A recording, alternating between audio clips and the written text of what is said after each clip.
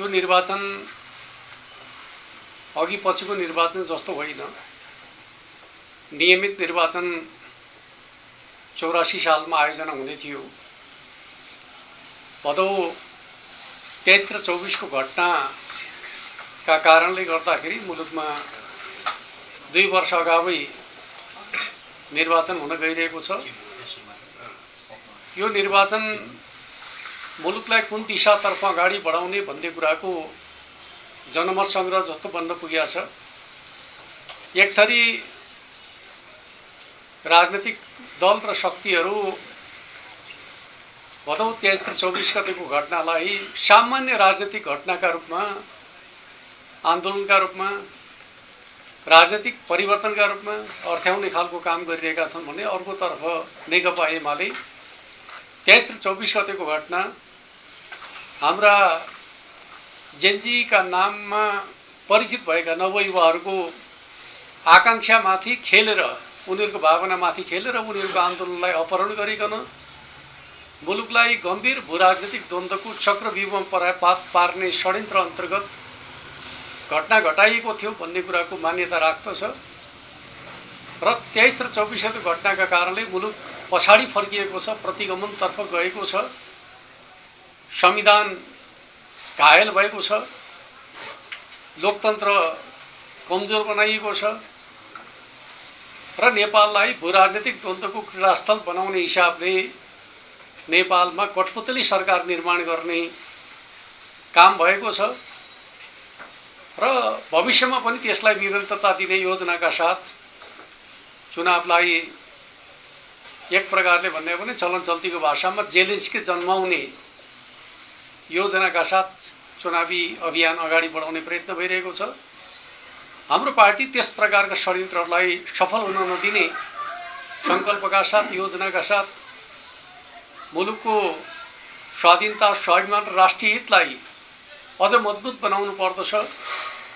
हाम्रा दुईवटा ठुला छिमेकीहरू चीन र भारतका विरुद्धमा शक्ति राष्ट्रहरूको चलखेल गर्ने अखडाका रूपमा नेपाल भूमिको प्रयोग गर्न दिनु हुँदैन भन्ने मान्यताका आधारमा हामी नेपाल राष्ट्रलाई कमजोर हुनबाट जोगाउने र त्यसलाई बलियो बनाउने योजनाका साथ अगाडि बढिरहेका छौँ।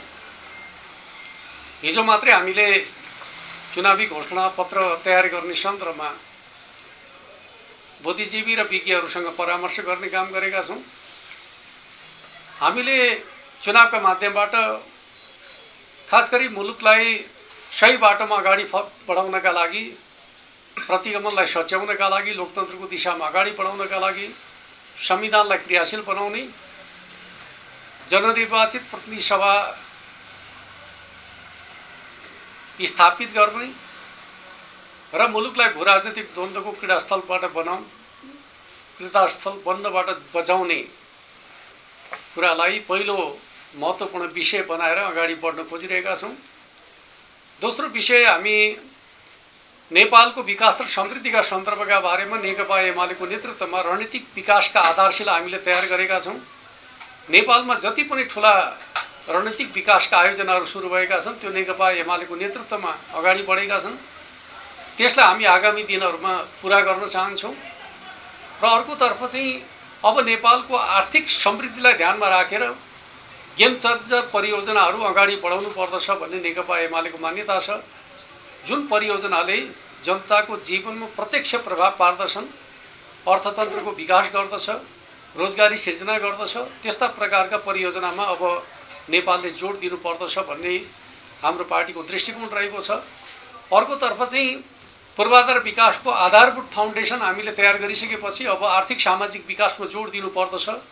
शिक्षा, स्वास्थ्य, रोजगारी जस्ता कुराहरूलाई अब नेपालको विकासका प्राथमिक एजेन्डाका रूपमा प्रस्तुत गर्नुपर्दछ भन्ने मान्यताका आधारमा हामी आर्थिक विकासका साथसाथै सामाजिक विकासलाई पनि एउटा महत्त्वपूर्ण एजेन्डा बनाएर जानुपर्दछ भन्ने मान्यताका पक्षमा छौँ।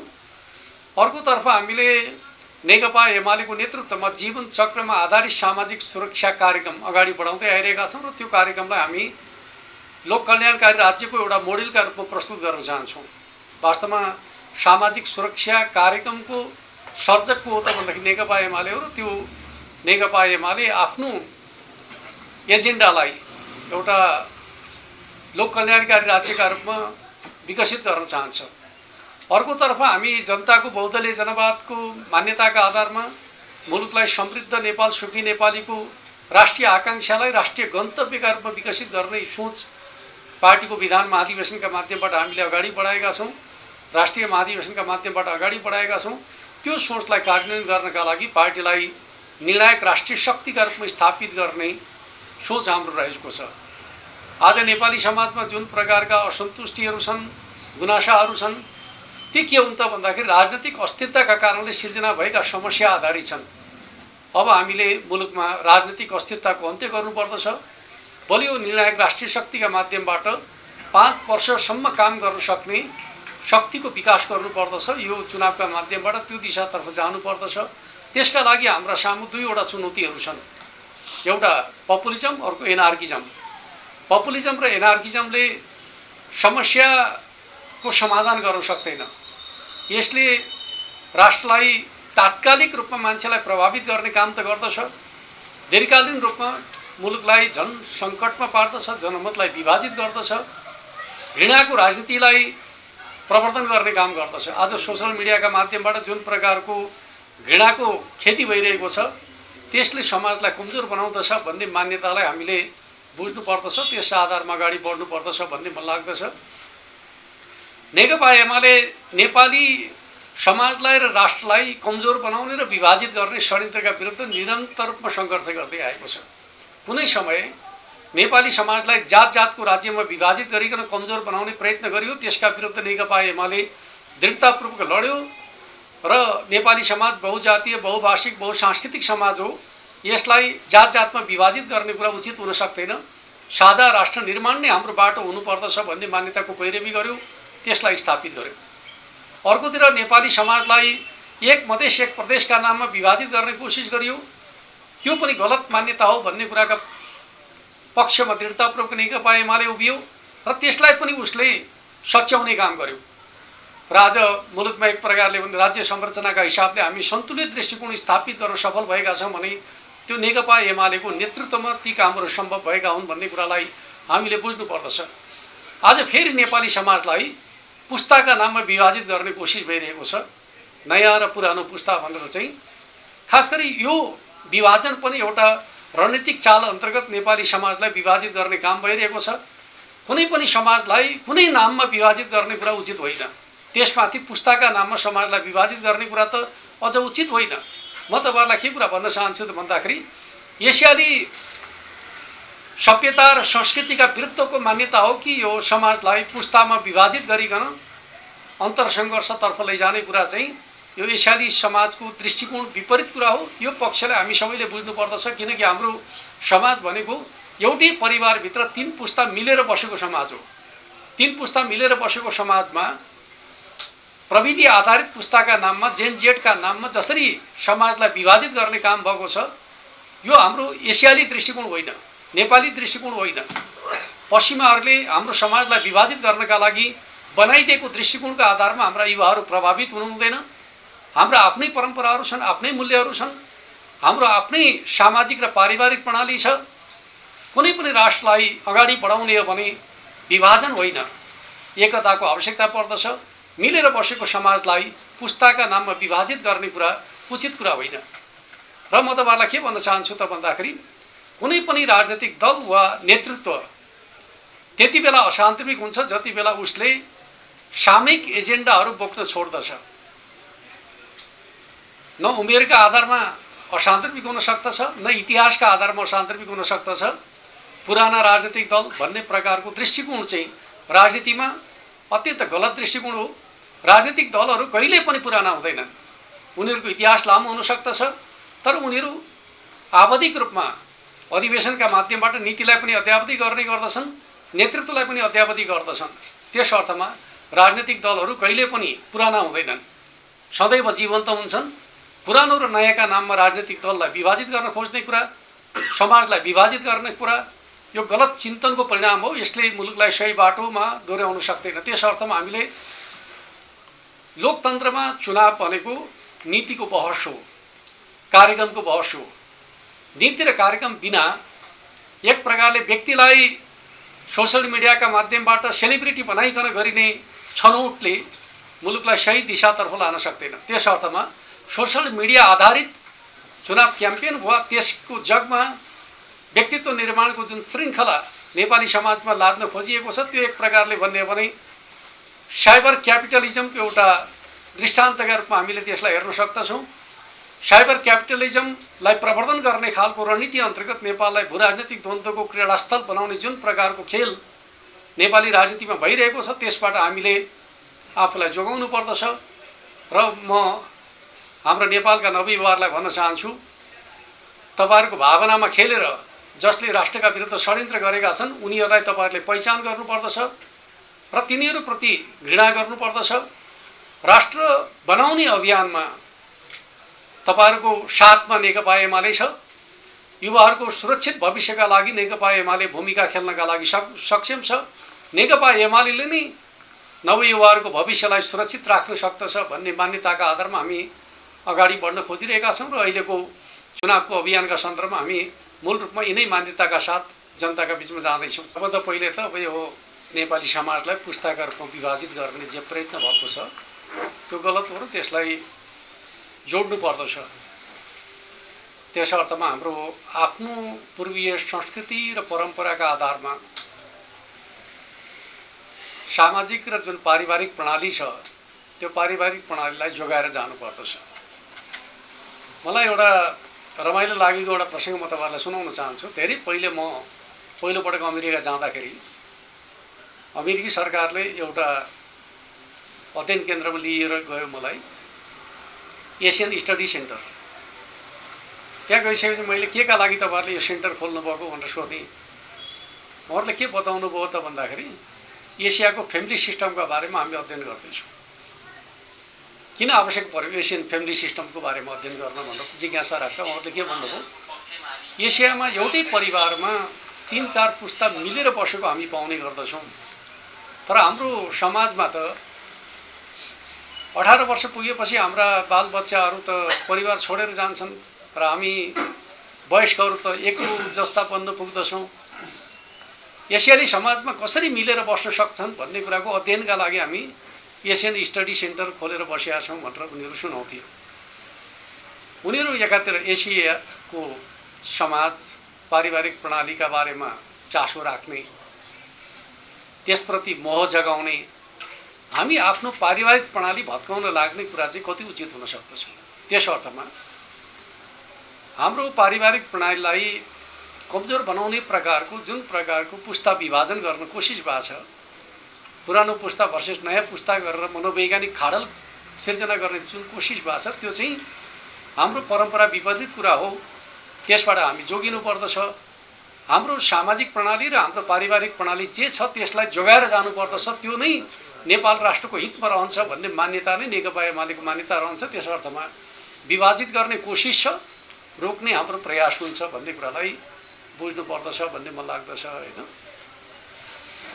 अर्कोतिर चाहिँ अब नेकपा एमालेले अब कहिले चुनावी घोषणापत्र तयार गरेर पठाउँछ भन्ने सन्दर्भमा यसपटकको चुनावमा निर्वाचन आयोगले के गर्यो भन्दाखेरि उम्मेदवारी दर्ता गरिसकेपछि प्रचारको कार्यतालिका चाहिँ पछाडि मात्रै दियो।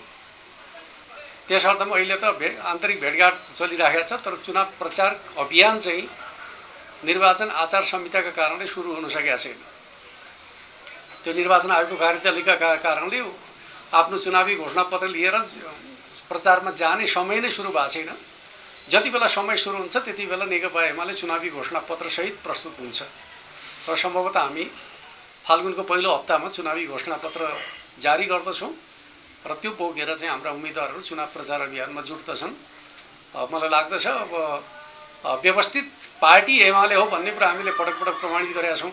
मैले तपाईँहरूलाई भन्नु पर्दैन, समानुपातिक सूची निर्माण गर्नका लागि कुनै पार्टी बैठक बसेन, एमाले बैठक बस्यो।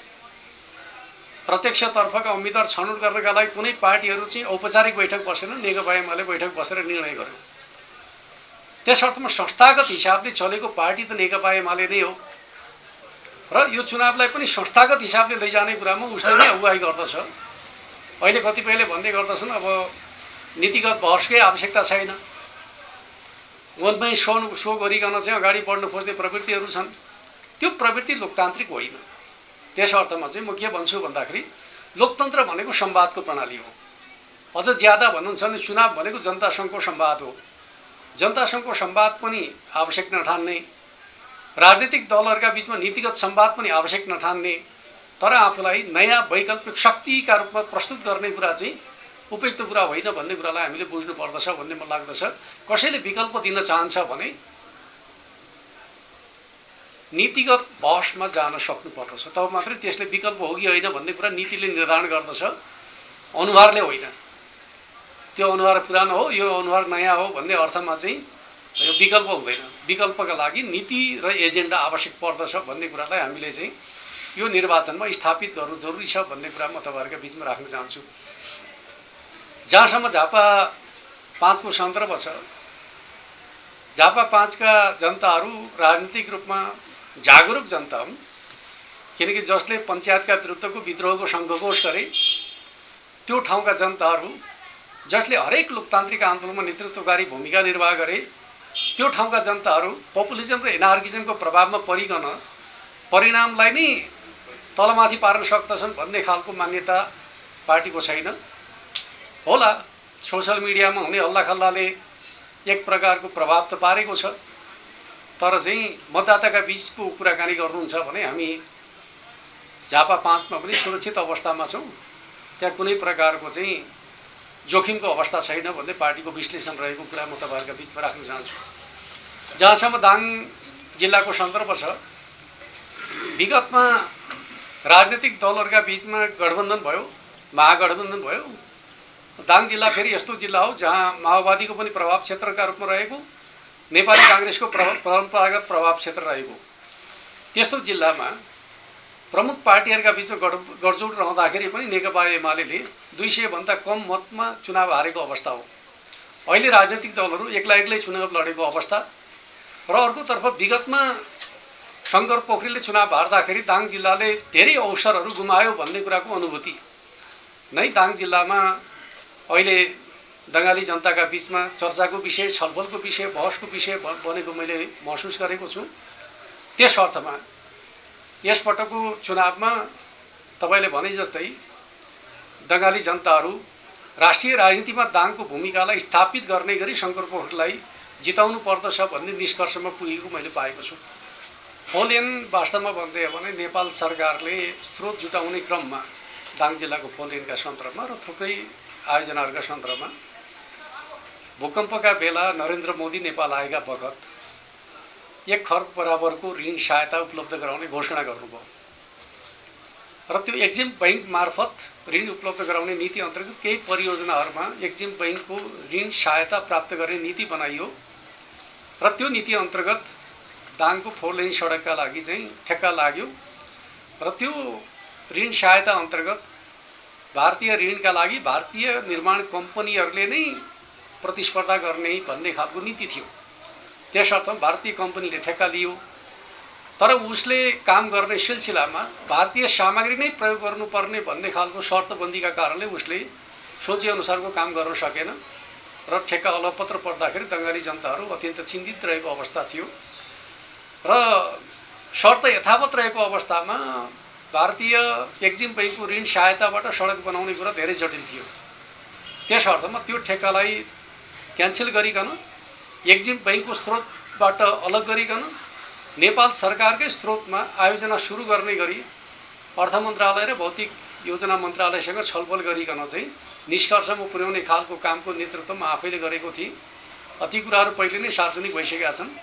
अब जहाँसम्म ठेक्का प्रक्रिया त सम्बन्धित मन्त्रालयको विषय हो, तर स्रोतलाई एक्जिम बैंकबाट नेपाल सरकारको आफ्नो आन्तरिक स्रोतमा निर्माण गर्ने कुराको सुनिश्चितताले नै आज दाङको सडक निर्माणको प्रक्रियाले गति लिएको छ र दङ्गालीहरू चाहिँ धेरै आशावादी पनि छन्, कामको प्रगतिबाट सन्तुष्ट पनि छन्।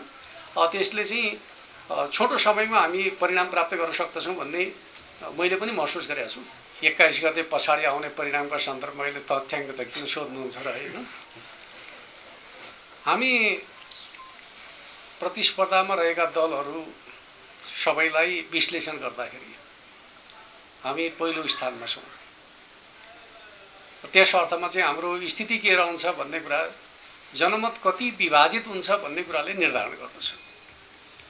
अब एउटा किताको जनमत म तपाईँलाई के भन्न चाहन्छु भन्दाखेरि 23 र 24 गतेको घटनालाई हेर्ने दृष्टिकोणमा दुईटा जनमत छन्। एउटा जनमतको एकल नेता नेकपा एमाले हो, अर्को दृष्टिकोणको चाहिँ पक्षमा रहेका दलहरू धेरै छन्। एउटा मात्रै दल भएको भए के हुन्छ भन्ने कुराको आकलन तपाईँहरूले गरे जस्तो चाहिँ नेकपा एमाले पछाडि पर्छ होला भन्ने कुराको विश्लेषण मिल्दथ्यो। एउटा दृष्टिकोणको पक्षमा नेकपा एमाले एक्लै छ, बाँकी अर्को दृष्टिकोणका पक्षमा चाहिँ दर्जनौँ दलहरू छन् र उनीहरूका बिचमा मतविभाजन हुनेवाला छ। त्यस अर्थमा नेकपा एमालेको पक्षको जनमत चाहिँ विभाजित भएको जनमतको तुलनामा चाहिँ त्यो एक्लो जनमतको स्ट्रेन्थ चाहिँ स्वाभाविक रूपमा बढिरहन्छ। र हामीले के अपेक्षा गरेका छौँ भने हाम्रो लोकप्रिय मत 79को निर्वाचनको तुलनामा बढ्नेछ। विगतमा हामीले 27% हाराहारीमा मत प्राप्त गरेका थियौँ। अब त्यो मत चाहिँ 30 देखि 34% हाराहारीमा पुग्न सक्दछ भन्ने आकलन गरेका छौँ। र अन्य जनमत चाहिँ बाँकी रहेको जनमत कति भागमा विभक्त हुन्छ र कुन रूपमा विभक्त हुन्छ भन्ने कुराले परिणामले प्रभाव पार्दछ। धेरैमा विभक्त भयो भने हामी बहुमत प्राप्त गर्दछौँ, खास शक्तितर्फ केन्द्रित भयो भने चाहिँ त्यो सङ्ख्या घटेर हामी लार्जेस्ट पार्टी बन्दछौँ। राष्ट्रिय रूपमा हामी तालमेलको पक्षमा छैनौँ। स्थानीय तहमा कुनै खास ठाउँहरूमा स्थानीय कमिटीले आवश्यक ठानेको अवस्थामा हुन सक्दछ, तर अहिले हामी त्यो हिसाबले छलफल गरेका छैनौँ। हामीले पूर्वी रुकुमको हकमा के अरे पश्चिम रुकुमको हकमा चाहिँ जनार्दन शर्मालाई समर्थन गर्ने निर्णय गरेका छौँ र जनार्दन शर्माको तर्फबाट चाहिँ कर्णाली र राप्ती अञ्चलका निर्वाचन क्षेत्रहरूमा नेकपा एमालेका उम्मेदवारलाई समर्थन गर्ने निर्णय भएको छ। सोसल मिडियामा सर्वाधिक चर्चामा रहेका लोकप्रिय बनाइएका बालिन शाह देश दौडामा हिँड्दाखेरि युवाहरूको भिड देख्दाखेरि लहरै त्यतै हो कि भन्दै मान्छेहरूले लक काटिराखेका देख्छु म। त्यसका पछाडि दुईटा सन्दर्भलाई हामीले विश्लेषण गर्नुपर्दछ। 1.5 लाख मतदाता भएका ठाउँमा 4-5 हजार मतदाता आएर चाहिँ जम्मा हुँदाखेरि भिड देखिन्छ। अरू बाँकी मतदाता त घरमै छन् नि। त्यस अर्थमा चाहिँ 1.5 लाख मतदाता भएका ठाउँमा 4-5 हजार आउँदाखेरि देखिएको भिड नै निर्णायक हो भन्ने प्रकारको विश्लेषण गर्न थाल्यो भने त चुनावै चाहिँदैन। अर्कोतिर चाहिँ पहिलो पटक चर्चामा रहेको मान्छे आउँदाखेरि हेर्न खोजेको कुरा दोस्रो पटक जाँदाखेरि त्यही हुन्छ कि हुँदैन भन्ने कुरा चाहिँ म तपाईँलाई के भन्छु भने अब झापामा दोस्रो पटक बालिन जाँदाखेरि त्यही भिड देखिन्छ देखिँदैन अनुमान गर्नु। म टाढाको कुरा गर्दिनँ। अनि झापामा त बालिन त जालान्, दोस्रो पटक जाँदाखेरि त्यो भिड त्यहाँ आउँछ कि आउँदैन त्यसैले धेरै कुरा निर्धारण गर्छ। यो चुनावमा काङ्ग्रेसको त धेरै प्रचारै त्यति देखिँदैन कि एमालेको कि राष्ट्रपाको देखिन्छ। म त यताको प्रतिस्पर्धा हो कि जस्तो। काङ्ग्रेसको के हुन्छन् साइलेन्ट मतदाता हुन्छन् होइन। काङ्ग्रेसलाई चाहिँ हामीले अब प्रचारमा छैन भन्ने बित्तिकै कमजोर ठान्नु हुँदैन। देशको पुरानो पार्टी हो। अहिलेसम्म हाम्रो चाहिँ तलका कमिटीहरूको विश्लेषण चाहिँ सहरी क्षेत्रमा पनि कस्तो भयो भन्दाखेरि काठमाडौँमा त अहिले राष्ट्रपा प्रतिस्पर्धामा छैन भन्ने विश्लेषण छ। एउटा रोचक विश्लेषण तपाईँ हामी सबैलाई अनौठा लाग्ला होइन। जहाँबाट राष्ट्रपाको जन्म भयो त्यो ठाउँमा राष्ट्रपा चाहिँ प्रतिस्पर्धामा छ कि छैन भन्दाखेरि छैन भन्ने विश्लेषण आइरहेको छ होइन। तर फेरि राष्ट्रपाको प्रभाव ग्रामीण क्षेत्रमा बढेको देखिन्छ पहिलेको तुलनामा। तर ग्रामीण क्षेत्रमा बढेको प्रभाव भनेको चुनाव जित्ने तहसम्मको प्रभाव होइन भन्ने हाम्रो आकलन छ होइन। प्रभाव बढेको छ तर जित्ने तहसम्मको होइन भन्ने छ। र प्रतिस्पर्धामा आम रूपमा नेपाली काङ्ग्रेसै छ भन्ने छ। अहिले सहरी क्षेत्रको मत राष्ट्रपालाई घट्नेवाला छ। ग्रामीण क्षेत्रमा समानुपातिक मोड बढ्छ, त्यसमा चाहिँ शङ्का भएन। किनकि पहिलोपटक राष्ट्रपा ग्रामीण क्षेत्रमा प्रवेश गरेको छ। प्रत्येक जिल्लामा केही न केही मत त ल्याइहाल्छ।